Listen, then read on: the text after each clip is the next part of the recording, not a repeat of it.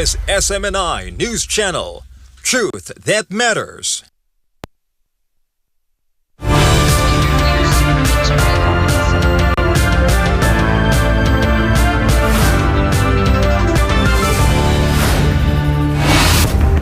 In the headlines, President Trump has escalated his feud with NATO, threatening to withdraw U.S. troops from Germany, Spain, and Italy. The president accused European allies of being absolutely horrible after they refused to back the U.S. military campaign against Iran. President Trump asserted that Iran's leadership is in a state of collapse due to the maximum pressure naval blockade. Trump claimed Tehran is now desperate for a deal while U.S. markets continue to hit historic records.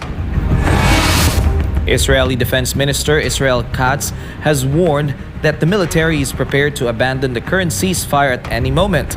Katz stated that forces are ready to complete the task of dismantling Hezbollah and Iranian threats. President Volodymyr Zelensky has extended martial law and general mobilization in Ukraine for another 90 days.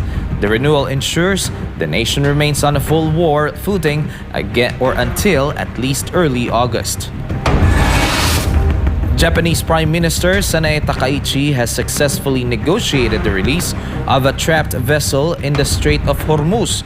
Despite the win, the UN warns the continued blockade could plunge 45 million people into extreme hunger. The Davao City government is opposing a U.S. proposal to build a military fuel depot in the region. Mayor Baste Duterte and local leaders warned the facility would turn the region into a military target without benefiting Filipino consumers. And in showbiz, P-pop powerhouses SB19 and Beanie are headed to Japan for a Summer Sonic 2026. The groups will join a star-studded international lineup as the global ascent of Filipino talents continues. Newsline World starts now.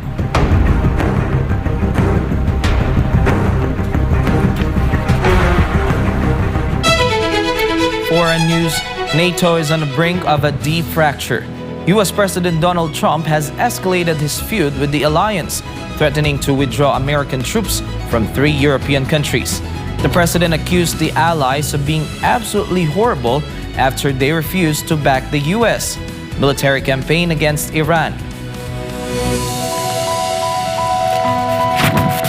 Trump expressed his dissatisfaction with Europe's reluctance to join the escalating war in the Middle East. When asked if he was prepared to slash troop levels in Italy and Spain, Trump was blunt. On board? Yeah, probably. Yeah, I probably will. Why should I? Look, why shouldn't I?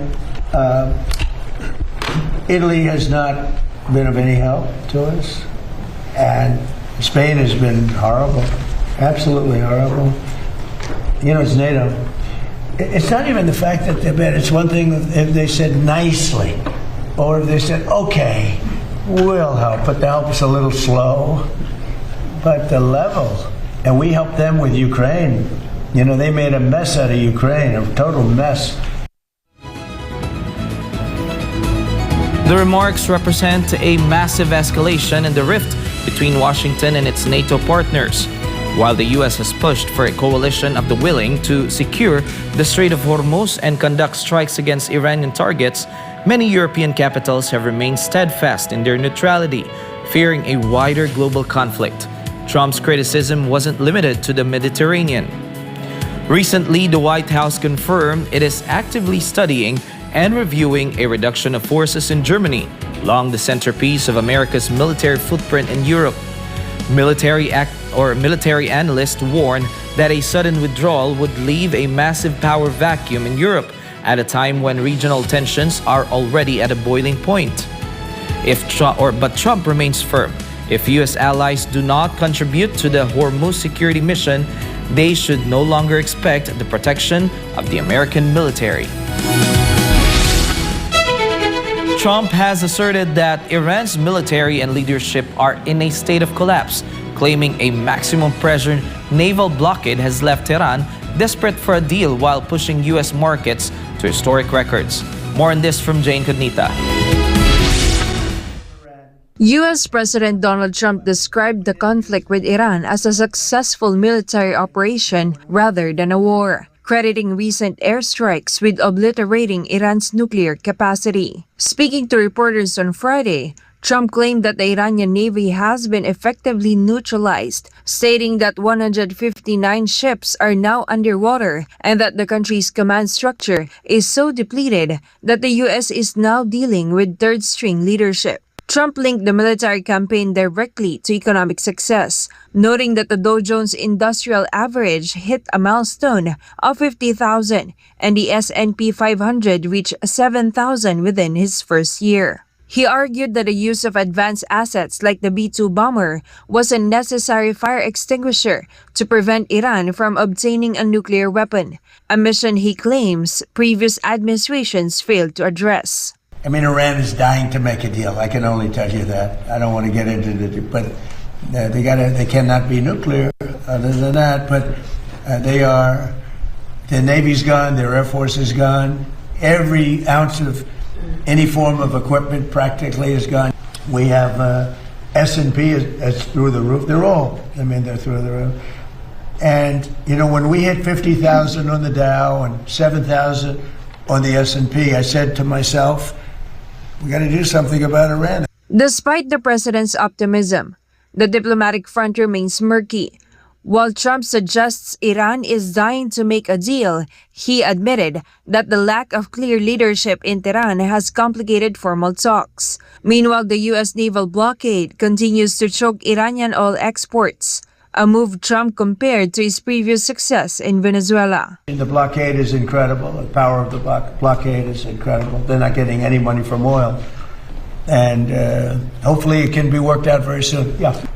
We have a problem because nobody knows for sure who the leaders are. It's a little bit of a problem, The leaders have been wiped out along with their military, almost all of their military. As the ceasefire enters its second month, the stubborn reality of the conflict persists. While Wall Street celebrates record highs, the global energy market remains volatile, with Brent crude surging past $120 a barrel as Iran maintains its own chokehold on the Strait of Hormuz. For the White House, the strategy remains clear: maintain the blockade until uncle is cried.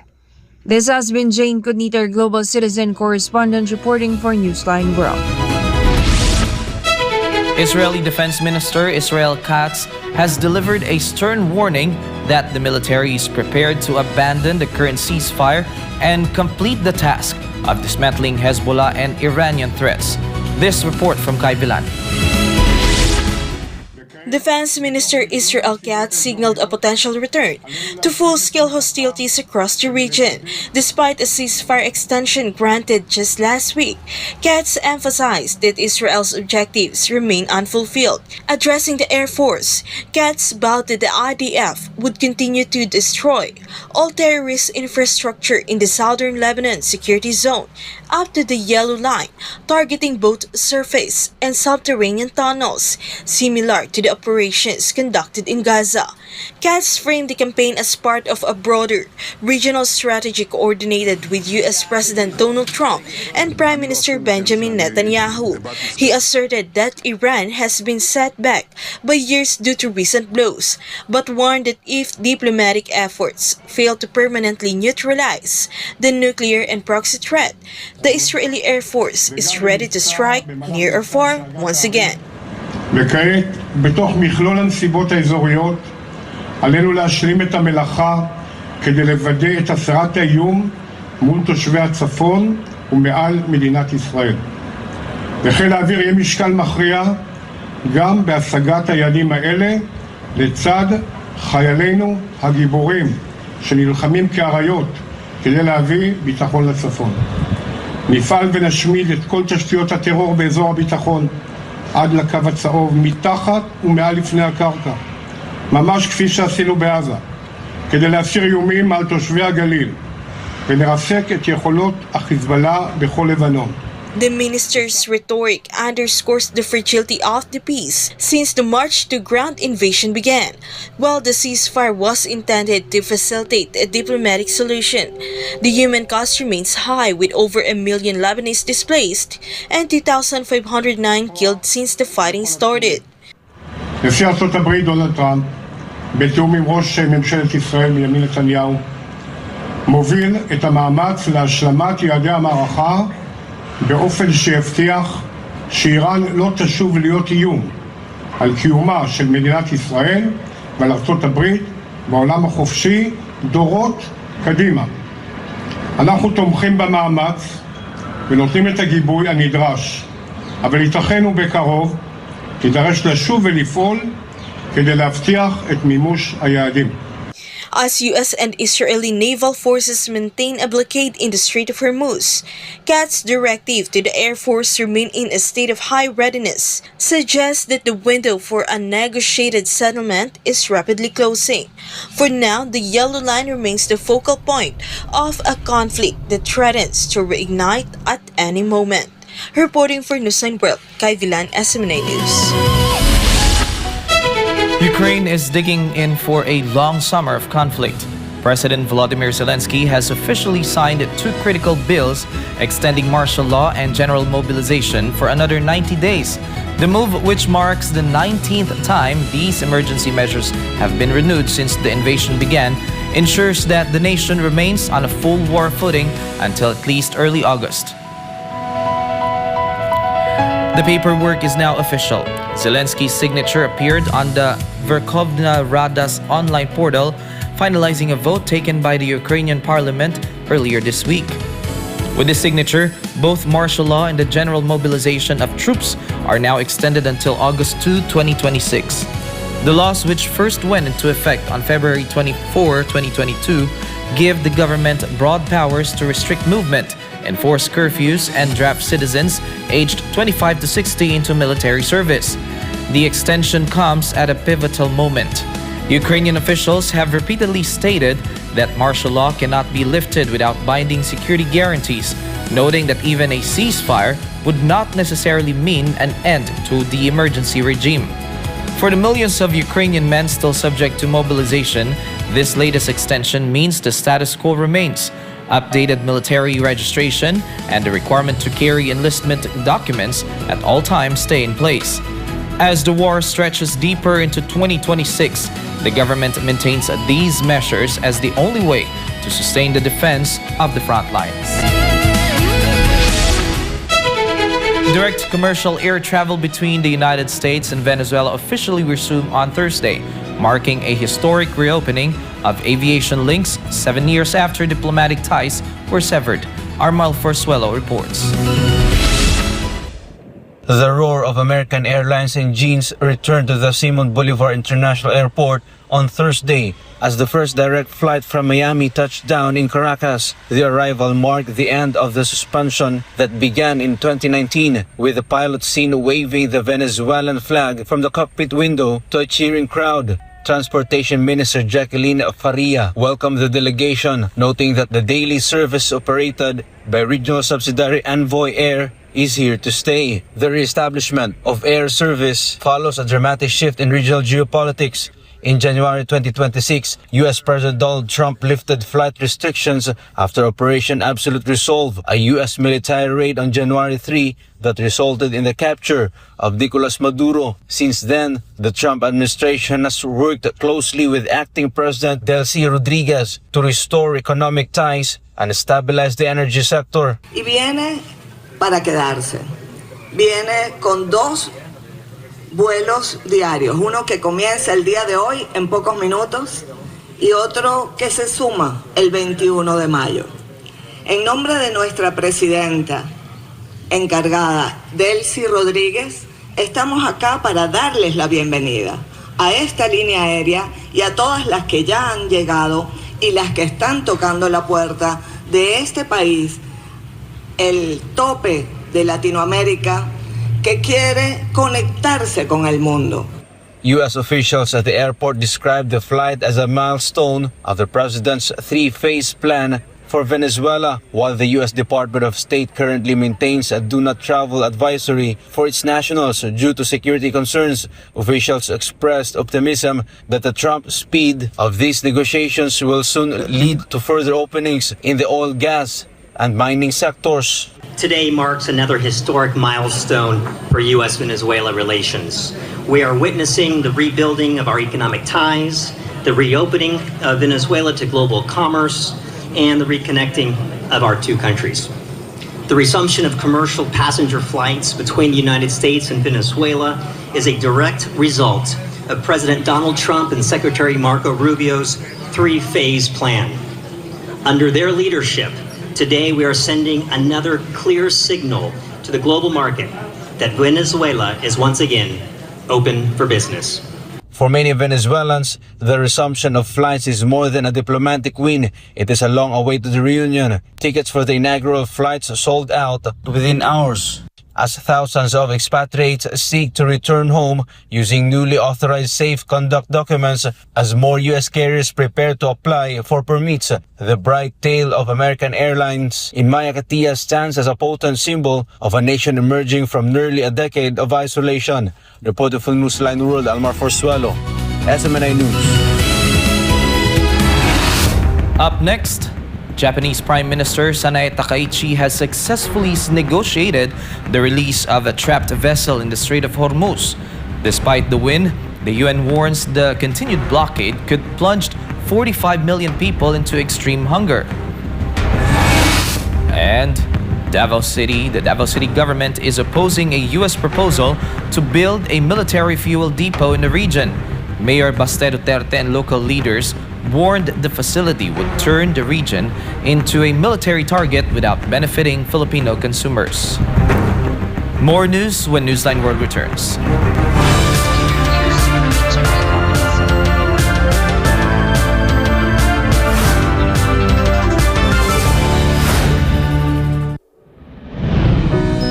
Taon-taon, kwento sa bawat kwento, katotohanan sa bawat katotohanan. Mula pa sa pasimula, malinaw ang aming misyon. Magbigay ng tamang impormasyon. Maglantad ng katotohanan. Manindigan. Sa lahat ng oras, lalo na't kinakailangan. Hindi lang minsang kinilala, kundi muli at muli. Sa likod ng bawat pagkilala ay katotohanang naibahagi. Isang tinig na narinig. Isang katotohanang umabot sa bawat Pilipino. Sa kabila ng nagbabagong panahon, sa kabila ng mga pagsubok, nananatili ang aming paninindigan. Ang pundasyon namin ay katotohanan. Ang lakas namin ay tiwala ng mamamayang Pilipino sa loob at labas ng bansa. Maraming salamat po. SMNI, para sa Diyos at sa Pilipinas nating mahal.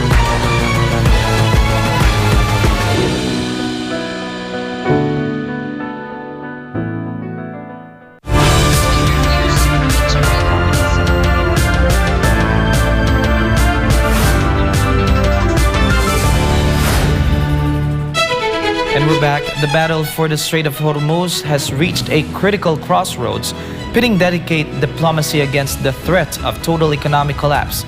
While Japanese Prime Minister Sanae Takaichi has successfully negotiated the release of a trapped vessel, UN Chief Antonio Guterres is warning that the continued blockade could plunge 45 million people into extreme hunger. Angie De Leon tells us more. The Strait of Hormuz, the world's most vital energy artery, remains a scene of high-stakes naval brinkmanship. Japan's Prime Minister Sanae Takaichi recently confirmed a rare breakthrough following a direct phone call with Iranian President Masoud Pezeshkian, a Japanese supertanker with 3 crew members, was granted safe passage out of the Persian Gulf. Takaichi hailed the move as a positive sign, but was quick to temper expectations. Dozens of other Japanese-linked vessels remain trapped behind the blockade, and the Prime Minister is urging for an immediate resumption of direct talks between Washington and Tehran. 先ほどイランのペレスキアン大統領との間で再び電話会談を行いました。私からは米国、イラン間の協議が早期に再開され、最終的な合意に至ることを強く期待している旨を伝えました。その上で、今般3名の、日本人、乗組員が乗船する日本関係船舶1隻がホルムズ海峡を無事通過したことは、邦人保護の観点からも前向きな動きとして受け止めているということをお伝えしました。また日本やアジア諸国を含むすべての国の船舶についてホルムズ海峡における自由で安全な航行が一日も早く確保されるように改めて強く求めました。ペゼシキアン大統領からは今後の見通しも含めてイラン側の考えについて説明がありました。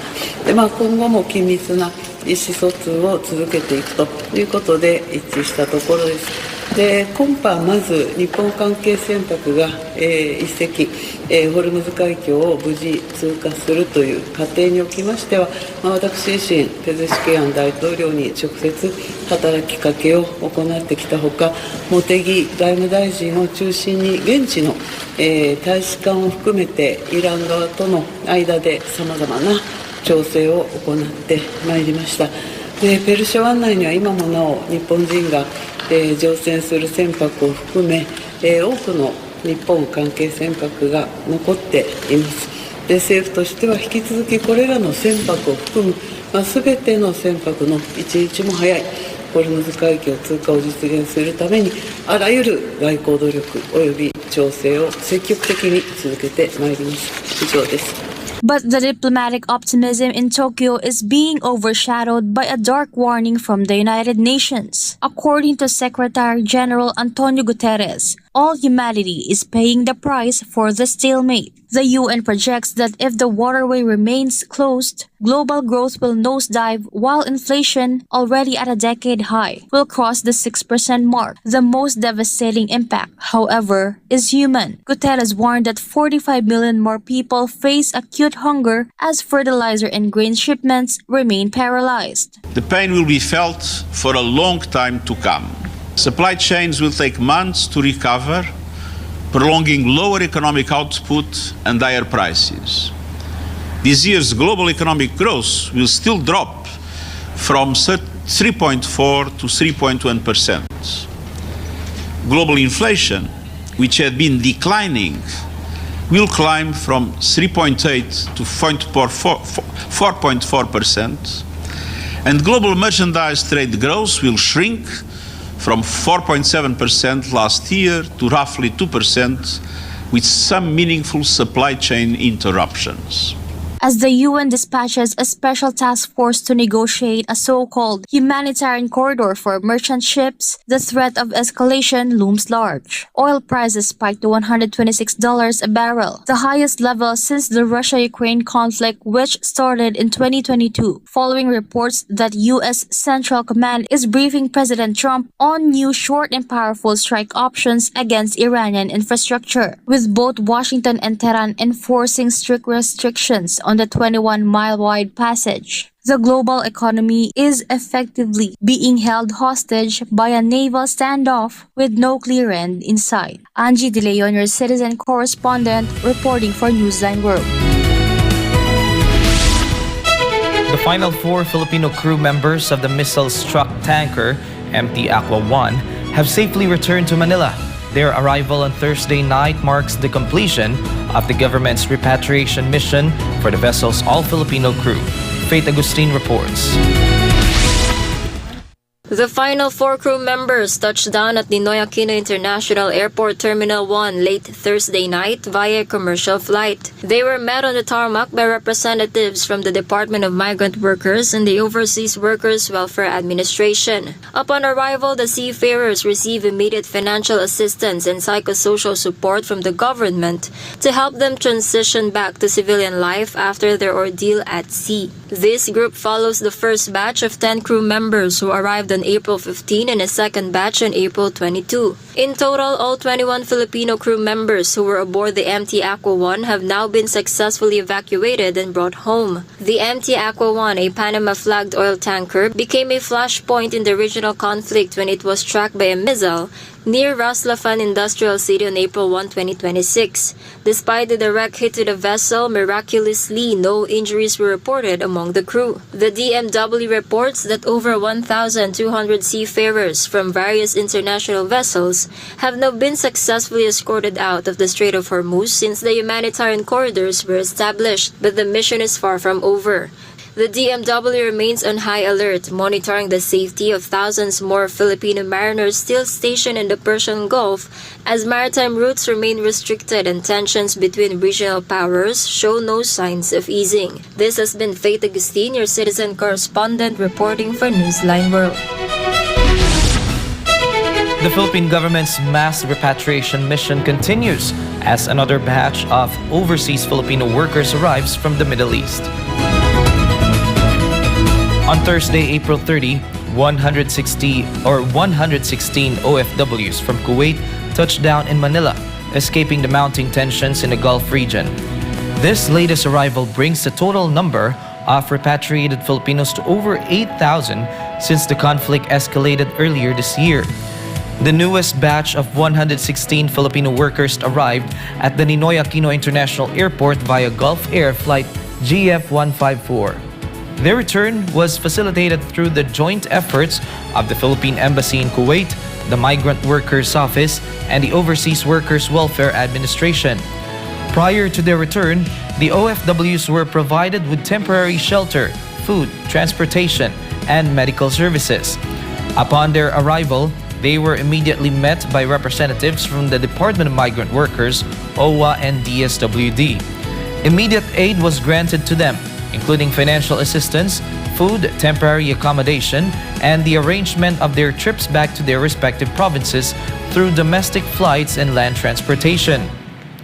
According to the latest records, more than 8,000 Filipinos, including OFWs and their dependents, have been repatriated by the government from the Middle East since March 5, 2026. The Philippines is prepared to accelerate extradition agreements to bring home former Congressman Zaldico. Malacanang insists that President Bongbong Marcos' report on Co's detention was accurate, based on confirmation from the Embassy of the Czech Republic. Creseline Catarong has the details. The diplomatic row over the whereabouts of former Congressman Zaldico has taken a new turn. The Charge of the Affairs of the Czech Republic Embassy in the Philippines, Eva Tenzin, confirmed the earlier statement of President Ferdinand Marcos Jr. that fugitive former Congressman Co was detained in the Czech Republic due to the use of invalid travel documents. In a palace briefing, Presidential Communications Undersecretary Claire Castro said that based on Tenzin's statement, the information shared by the President was accurate, that Co had been detained and placed under the custody of Czech authorities. Mr. President, you are correct in your information that Zaldico was detained by Czech authorities due to invalid travel documents. Iyan ang mariing kinumpirma ng Charge d'Affaires ng Embahada ng Czech Republic sa Pilipinas. Walang pasubali, walang pagkakamali sa naging pahayag ng Pangulo para sa taong bayan. On Wednesday, April 29, President Marcos met with Tenzin and French Ambassador to the Philippines, Marie Fontanelle, to discuss Co's case. During the meeting, Marcos expressed disappointment over Co's release, noting that he remains in Europe. He also stressed the need for a clear explanation from the concerned countries, emphasizing that no nation should serve as a refuge for individuals evading the law in the Philippines. Malacanang said that aside from the confirmed information, no additional details were provided regarding the length of cause detention or the reason for his release. Castro added that the president requested further information about the incident, but this was not granted due to the Czech Republic's adherence to international, European, and national laws. She also noted that even the visit of a Philippine official to the Czech Republic did not yield further details, with authorities only assuring cooperation in accordance with their laws. No update was also provided by France regarding Co's alleged asylum application, as this was not discussed by the French ambassador during the meeting. Malacanang clarified that the government is not withholding any information and that the lack of details is due to the policies and regulations of the countries involved. Despite this, Marcos reaffirmed the Philippines' strong ties with the Czech Republic and France, anchored on democratic principles and respect for the rule of law. According to Castro, the president also expressed readiness to fast-track agreements related to extradition. Binigyan din ng Pangulo ang kahandaang ng Pilipinas na pabilisin ang mga kasunduan ng extradition at iba pang kooperasyon sa batas. Malacanang assured that the government will utilize all legal and diplomatic measures to bring Co back to the Philippines and hold him accountable for the graft and malversation charges he is facing. Reporting for Newsline World, this has been Cresceline Catarong, SMNI News. The Davao City local government is digging in its heels against a proposal by the United States to build a military fuel depot in the region. A geopolitical analyst has commended Mayor Sebastian Baste Duterte for the stance, warning that the facility would turn the region into a military target without providing any tangible benefit to Filipino consumers. Almar Forsuelo reports. Yes, saludo ako at kapuri-puri po yung ginawa ng local government ng Davao ni Mayor Baste. At This was the statement of geopolitical analyst Herman Camentong Chu Laurel regarding the opposition of the Davao local government to the U.S. military's plan to build an oil depot in the region. Based on earlier reports, the U.S. Defense Logistics Agency or DLA issued a formal solicitation inviting contractors to submit bids for a Defense Fuel Support Point or DFSP in the area. The facility is expected to form part of a broader network of refueling hubs that would support U.S. military vessels and aircraft operating across the Pacific Ocean. According to a report by the U.S. Naval Institute News, the DFSP project aligns with similar planned facilities in Australia and Papua New Guinea. This is part of the expanding network of forward-based refueling hubs of the United States in the Western Pacific. In an interview with SMNI News, Camentong said the plan to build an oil depot in Davao is a major insult to Davaoenos, especially amid the country's ongoing oil crisis. Malino naman na insulto at wala pong Davaoenyo ang sumasang-ayon dyan. Camentong further emphasized that Filipinos will not benefit from the facility as it will primarily serve U.S. warships and military aircraft. Well, wala po silang pinapakitang tulong na ibibigay nito. Kundi ito ay magsisilbi sa kanilang warships, sa mga kanilang warplanes, sa mga darating na panahon. At siyempre yung pagkakalat ng targeting ng kalaban nila magiging target na ngayon ng Davao na dati wala namang base militar doon sa Davao. For now, the Davao local government remains firm in its opposition to the planned construction of the oil depot in the Davao region. For God and my beloved Philippines, Almar Forsuelo, SMNI News. In a high-stakes operation, the man believed to be the next leader of Mexico's most powerful drug cartel has been moved to a maximum security fortress.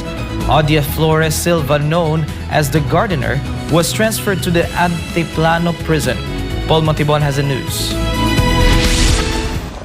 The convoy looked more like a military invasion than a prisoner transfer. Armored vehicles and elite units from the National Guard and Interpol's Criminal Investigation Agency swarmed the entrance of the Federal Center for Social Readaptation No. 1, better known as Altiplano. The transfer of Odias Flores Silva, alias El Jardinero, was carried out under a no-fail security protocol to prevent any violent rescue attempts by the CJNG. Silva was apprehended earlier this week during a joint operation in the western state of Nayarit. Federal authorities identify him as a top-tier logistical and financial mastermind for the cartel. He currently faces a litany of charges, including organized crime, money laundering, and large-scale drug trafficking. As the health of the cartel's founder, Nemesio Oseguera Cervantes, or El Mentro, continues to be a subject of intense speculation, the gardener had reportedly emerged as the clear heir to the criminal empire. The Altiplano prison is Almoloya de Juarez is Mexico's most fortified facility, famous for once housing Joaquin El Chapo Guzman. Officials state that transfer was completed without incident, utilizing both official aircraft and armored ground convoys to ensure the kingpin remained behind bars. For God of My Country, the Philippines, reporting for Newsline World, this has been Paul Montevon, SMNI News. When we return, a pop powerhouse or P-pop powerhouses SB19 and BINI are headed to Japan for Summer Sonic 2026. The groups will join a star-studded international lineup as the global ascent of Filipino talent continues. More news after the break.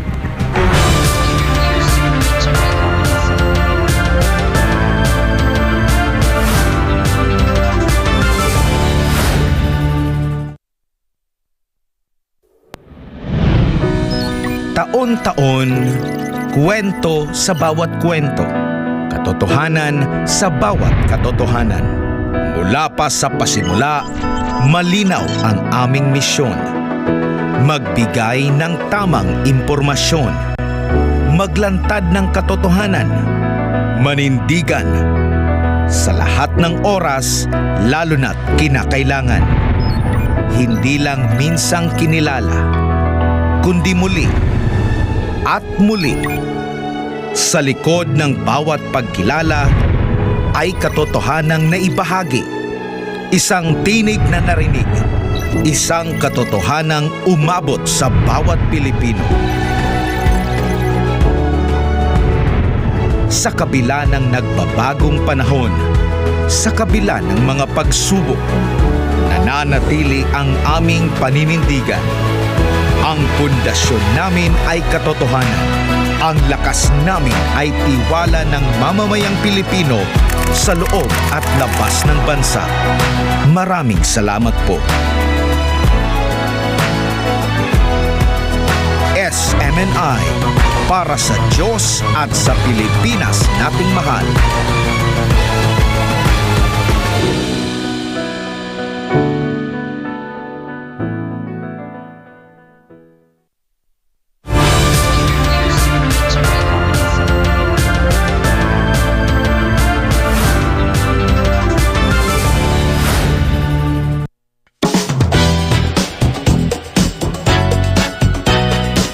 The global ascent of Filipino talent continues as P-pop powerhouses SB19 and BINI are officially confirmed to join the star-studded lineup of Summer Sonic 2026 in Japan.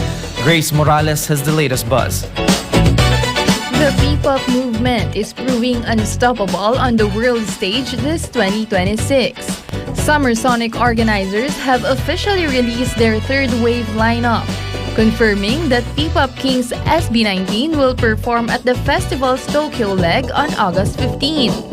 The Mahalima will share the stage with international music icons including David Byrne, Alex Warren, and Suit. Not to be outdone, the nation's girl group BINI is also confirmed for the Summer Sonic circuit. This follows their historic debut at the Coachella Mojave stage last April, where they became the first all-Filipino act to perform at the prestigious California Festival.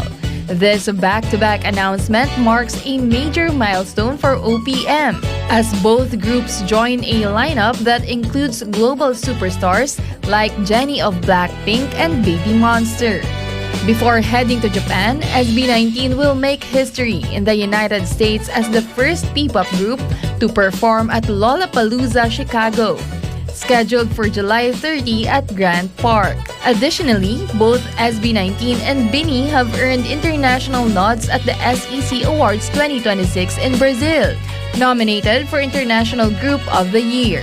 The recognition highlights their growing influence not just in music, but across the global digital landscape. And that's the latest updates. This is Grace Morales bringing you the latest show buzz.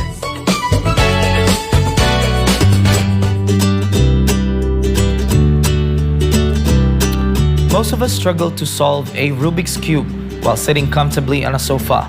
But one German YouTuber decided to up the stakes by tackling the puzzle while hurtling toward the Earth and terminal velocity. Stella Marie tells us more. 23-year-old YouTuber Tom Cock, known to his fans as Toliko, has officially shattered the Guinness World Record for the fastest Rubik's Cube solved while skydiving. Cock, who meticulously practiced for months before attempting the feat, beat the previous record of 28.25 seconds held by Australian Sam Siraki since 2023. Cock's record-setting jump took place in February as he tackled the challenge during free fall before deploying his parachute.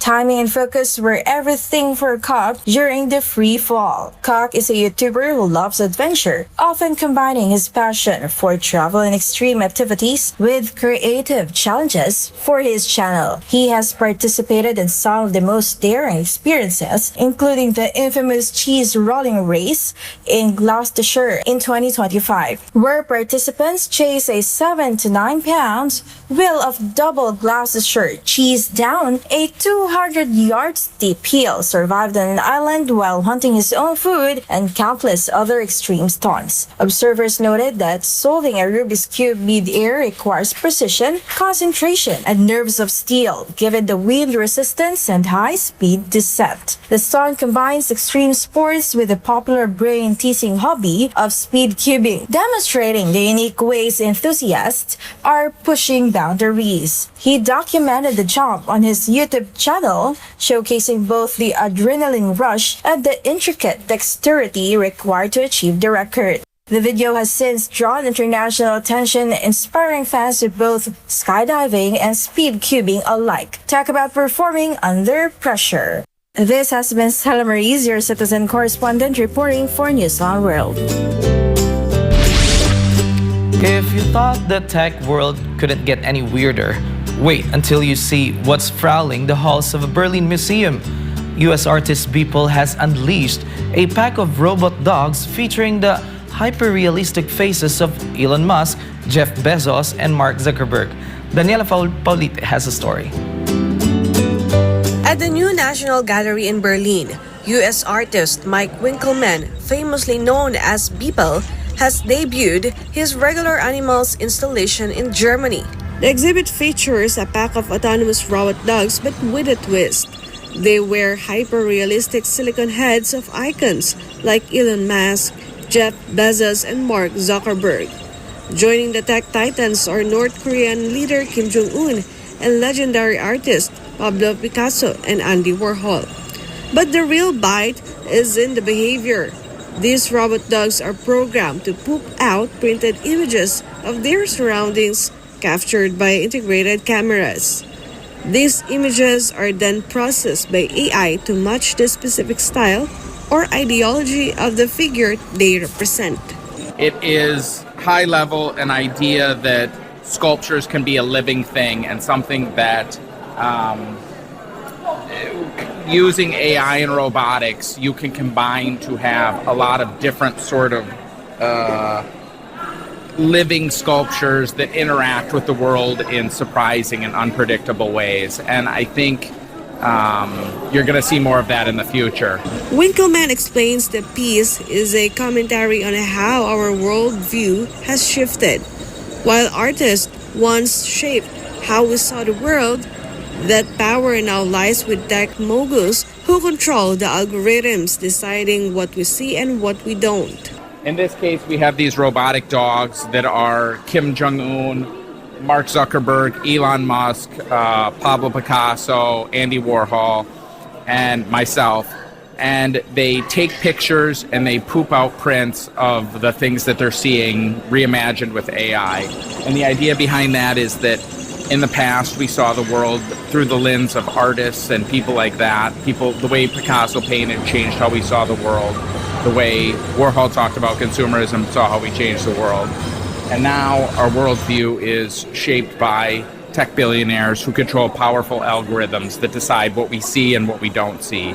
And so that's a big sort of like shift. Reporting for Newsline World, Daniela Paulite, Azumanay News.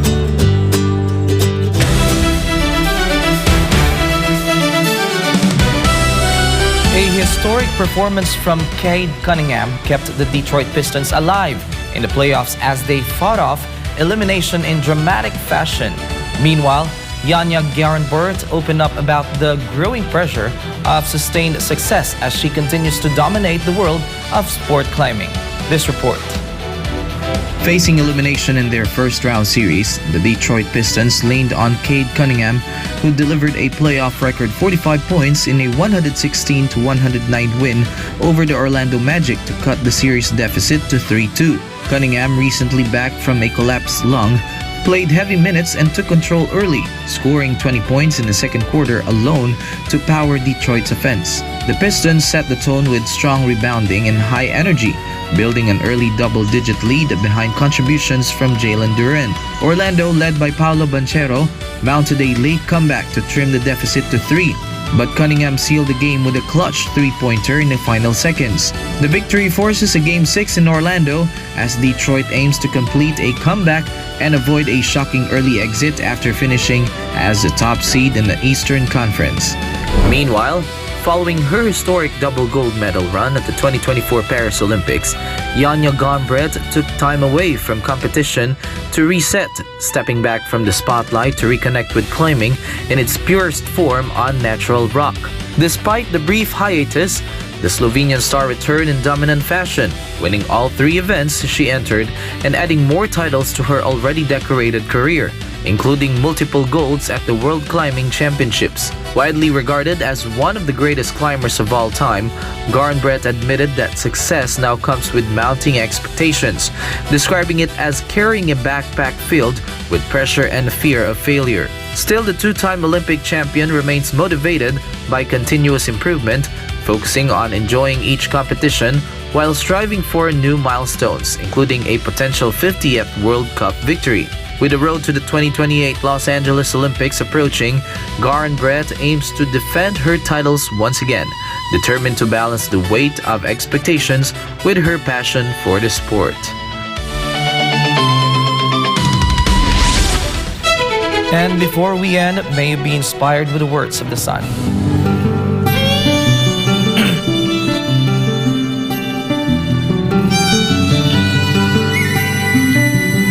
Good work is excellent work.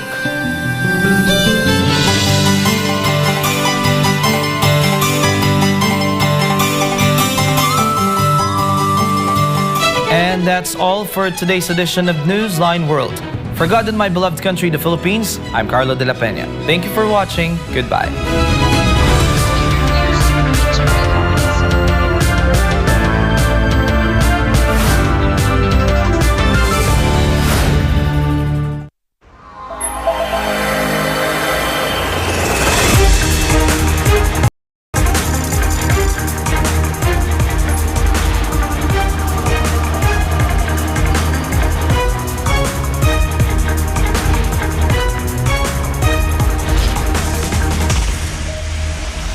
This is SMNI News Channel.